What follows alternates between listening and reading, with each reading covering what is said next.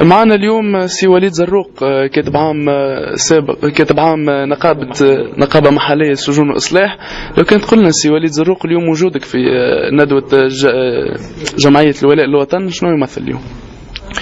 تمت دعوتي من الجمعية المذكورة، وعجبني الحق موضوع الندوة اللي عملوها اليوم، معناها حال تونس بعد الثورة، وفتحوا لي المجال اللي باش نعطي رأيي اللي أنا وليت أشكك في هذه الثورة وفي العباد اللي أنا نسميها انتفاضة، نحب ترحما على الشهداء متاع الانتفاضة الأولى. وبصراحة فقدت الأمل اليوم في القرارات السياسية اللي موجودة على الساحة، تنقص الجرأة وتنقص الخبرة، وظهر لي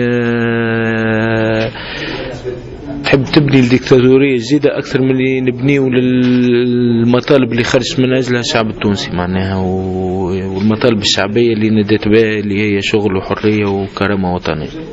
ريناك اليوم صرحت يعني على وجود تعذيب سابقا في السجون التونسية وعلى الأحداث اللي صارت في الثورة، لو كنت تبين لنا أكثر يعني بإيجاز.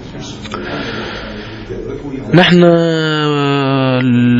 المؤسسة متاعنا مؤسسة شبه عسكرية تطبق في التعليمات. القاعدة اليوم 95% من القاعدة الموسعة متاع المؤسسة العقابية هقول بصفة خاصة والمؤسسة الأمنية تصرخ تريد من يحررها، خاطر 5% من مفاصل القرار اللي تم تعيينهم من طرف السيد وزير العدل نور الدين البحيري هما العباد اللي تربيوا كان على استعباد العباد والعلوية على العباد، واللي ما ينجموا يبنيوا كان نظام ديكتاتوري، ما ينجموش يبنيوا دولة ديمقراطية.